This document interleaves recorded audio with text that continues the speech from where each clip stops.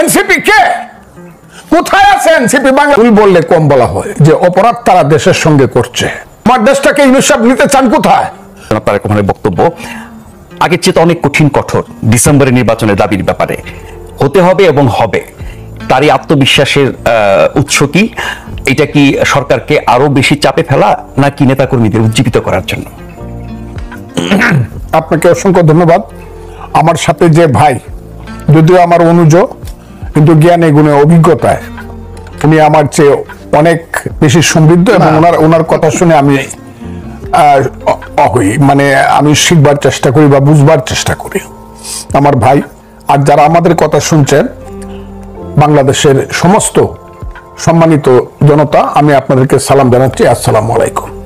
আমার কথাটা হলো, এইটা কিন্তু উজ্জীবিত করার কথা না, এটা সাধারণ কোনো বক্তব্য না। এটা কি হুমকি? হুমকি না, এটা বাংলাদেশ এবং তার রাজনীতিকে বাঁচানোর জন্য চ্যালেঞ্জ গ্রহণ করা। এই কথাটা মানুষ শুনতে চেয়েছিল বিএনপির কাছ থেকে। আমি কালকে একটা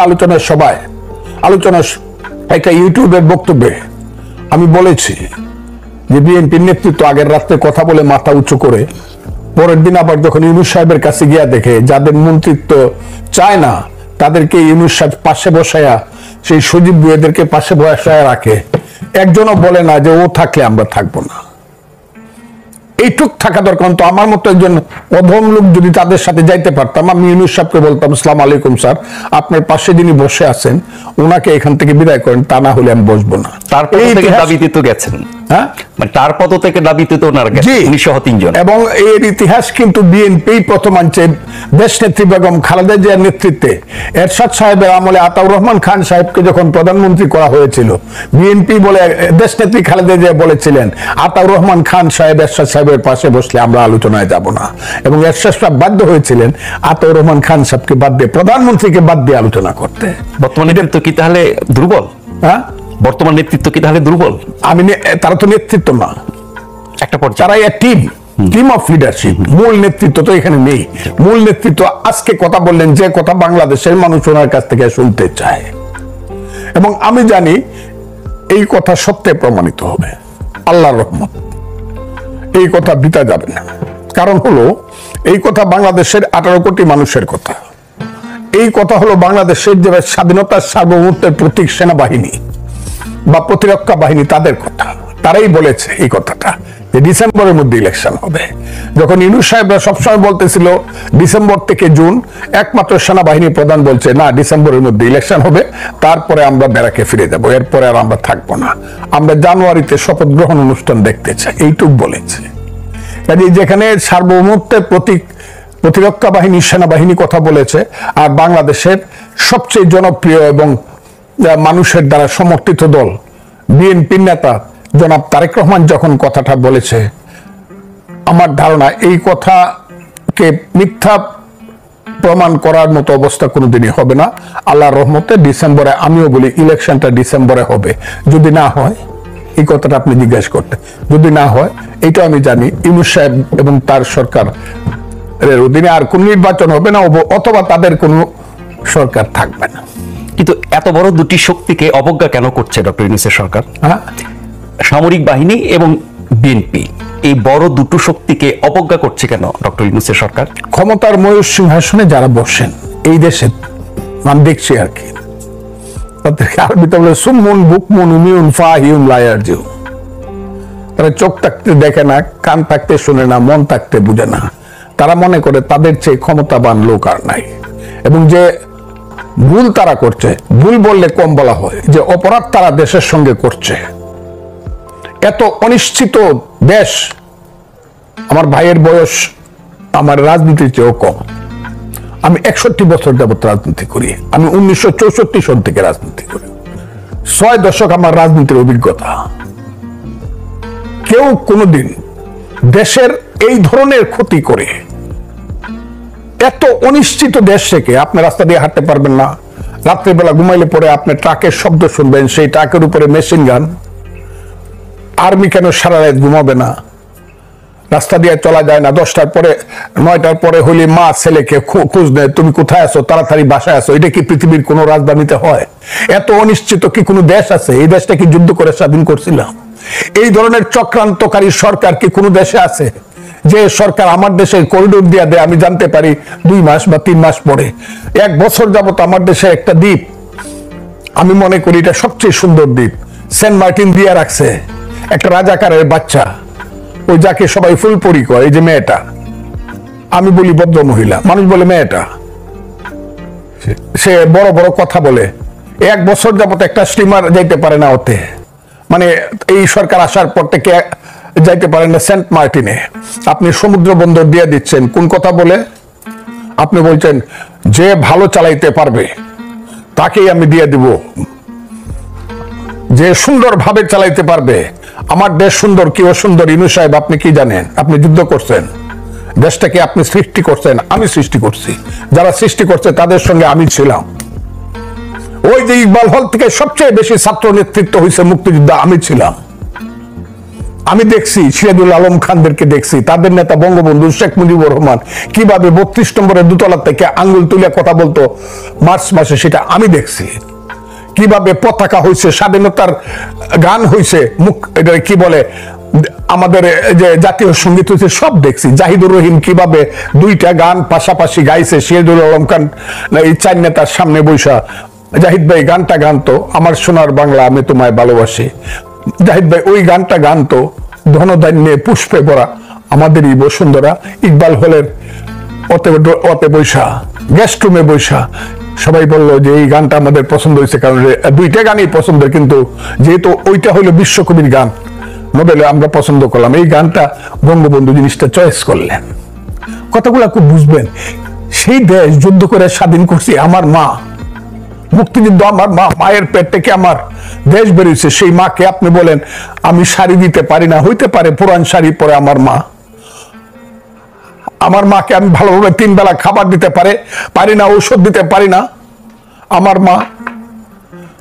আপনি বুঝে আইসা বলবেন এই তোর মারে জমিদারের কাছে বিয়ে দিয়ে দিই, তাইলে সুন্দর বেনারসি শাড়ি পরতে পারবে, সেই মাকে আমি দিয়ে দিব? আমার চট্টগ্রাম বন্দর দিয়ে দিলে বাংলাদেশ থাকে? আমার কান্না আসে, ওনারা আসবে না ওইভাবে, কারণ আমি যুদ্ধ করে দেশ স্বাধীন করছি। চট্টগ্রাম বন্দর দিয়ে দিলে বাংলাদেশ থাকে কি?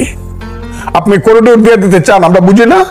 আমরা বুঝি না বার্মার থেকে কালকে কি করে আমার দেশের রাষ্ট্রদূতকে বের করে দেওয়া হয়েছে কেন? ও এরা আমাদের বন্ধু রয়েছে এখনো। আমি ইউনুস সাহেব বা ইউনুস সাহেবের এইসব ধরনের ওই যে পান্ডা পুন্ডা ছেলে পেলে, আমি ফজলুর রহমান, আমি বুঝি না চীনের সঙ্গে আমার সম্পর্ক কোথায় যাবে, বার্মার সম্পর্ক আমার কোথায় যাবে। ওই জায়গাটা যে একটা গাজা উপত্যকা হবে, লেবানন হবে চিরদিনের জন্য, রাতে ঘুমাইলে পরে বোমার আওয়াজ হবে, আমি এটা বুঝি না, নাপাম বোমার আওয়াজ হবে, মেশিন গানের আওয়াজ হবে।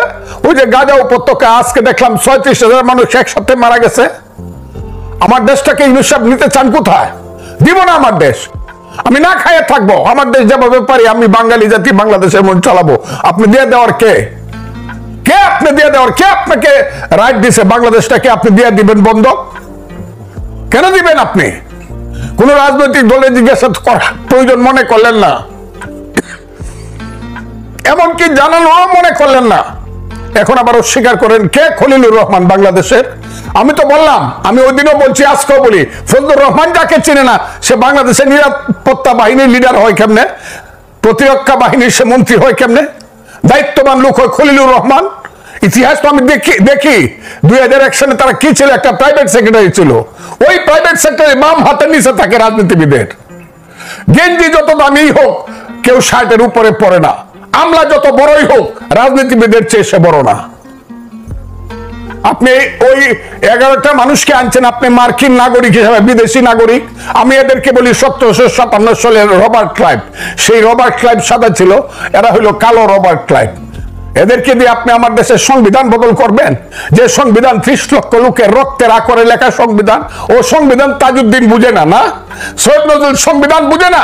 আসাদুজ্জামান খানরা, মনোরঞ্জন দত্ত, ডক্টর কামাল হোসেনের সংবিধান বুঝে না? ওই আলী রিয়াজ বুঝে সংবিধান?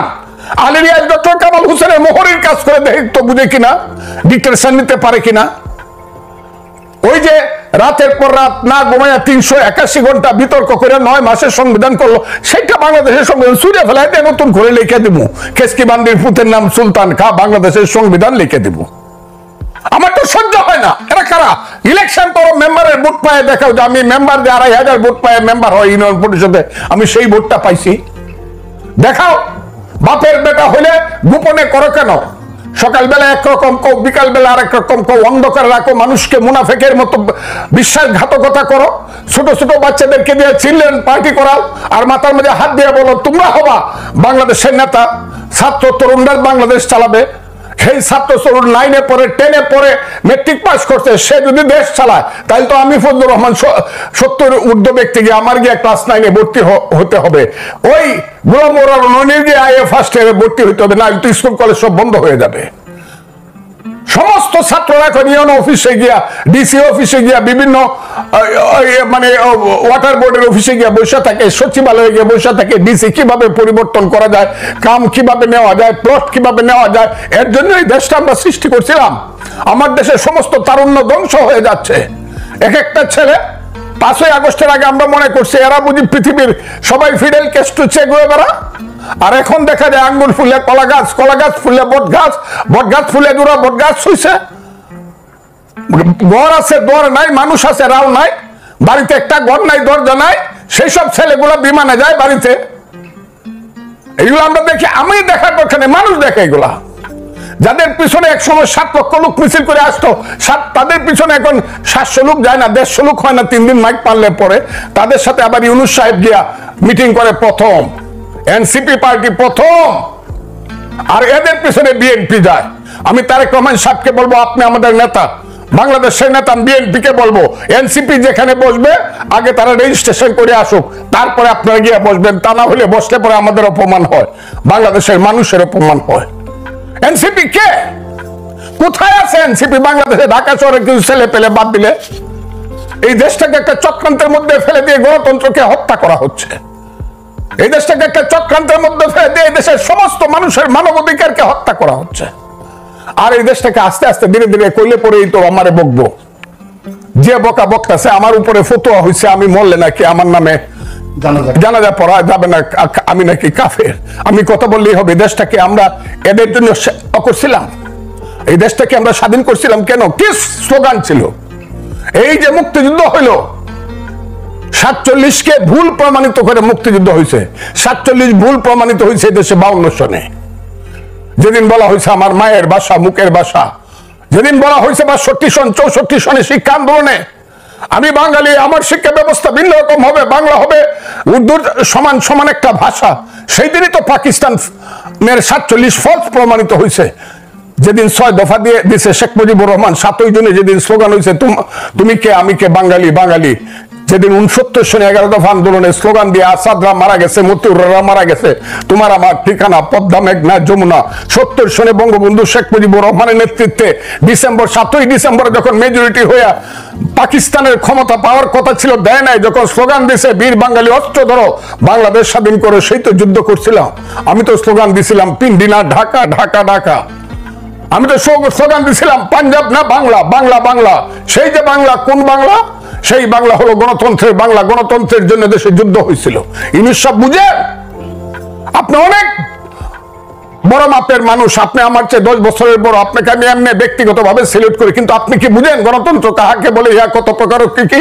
আমরা যখন যুদ্ধ করি বাংকারে থেকে থেকে পাঞ্জাবির বুকে যখন ট্রিগার টিপি, পাশের ছেলেটা যখন গুলি খায়া 5 হাত উপরে উঠে বলে মামা, মাকে তুমি দেখো, সেই মা পাগল হয়ে মারা গেছে। ইউনূস সাহেব বুঝেন মুক্তিযুদ্ধ কাহাকে বলে? সেই মুক্তিযুদ্ধ করে লাখ লাখ লোক শহীদ হয়েছে। আমি যে ক্যাম্পে ছিলাম, মহিলাম ক্যাম্প, বালাট ক্যাম্প, মেঘালয়ে, সেই মহিলাম ক্যাম্পে 50,000 শিশু এবং নারী মারা গেছে। অনেকে চ্যালেঞ্জ করে 3 লাখ লোক মারা, আরে 3 লাখ না 7 লাখ লোক তো মারা গেছে শুধু শরণার্থী ক্যাম্পে। একটা যুদ্ধে খুলনাতে 18,000 লোক একদিনে মারা গেছে। এটা 8ই ডিসেম্বর। কাজে আমি আপনাদেরকে, দেশটাকে রক্তের সাগরে দেশ হয়েছে, এইটাকে নিয়ে এত খেলাধুলা করা উচিত না। এখনো মুক্তিযোদ্ধারা জীবিত আছে। এটাকে, এই মুক্তিযুদ্ধের বিরুদ্ধে যারা স্লোগান দেয় তারা মহাপাপী। তারা আলবদর রাজাকার এবং তাদের সন্তান এখন দেশটাকে সেই দিকে নেওয়ার চেষ্টা করছে। এক বড় মৌলানা দেখলাম বক্তৃতা করছে, পৃথিবীর শ্রেষ্ঠ দেশ নাকি আফগানিস্তান। আমি মৌলানার নামটা বলতে চাই না, বলতে পারি। আমার কাছে মনে হয়েছে আরে বাংলাদেশ এটা নাকি আফগানিস্তান বানাইতে চায় উনি, যে আফগানিস্তানকে লিগেল জাতিসংঘের 212টা দেশের একটা দেশ স্বীকৃতি দেয় না, যেখানে 1/3 মানুষ রাতের বেলায় না খায় থাকে। সেই আফগানিস্তান বানানোর জন্য, সেই সাম্প্রদায়িক এবং মৌলবাদী দেশ বানানোর জন্য আমার দেশে প্রত্যেক শুক্রবারে মসজিদ থেকে মিছিল বের হয়।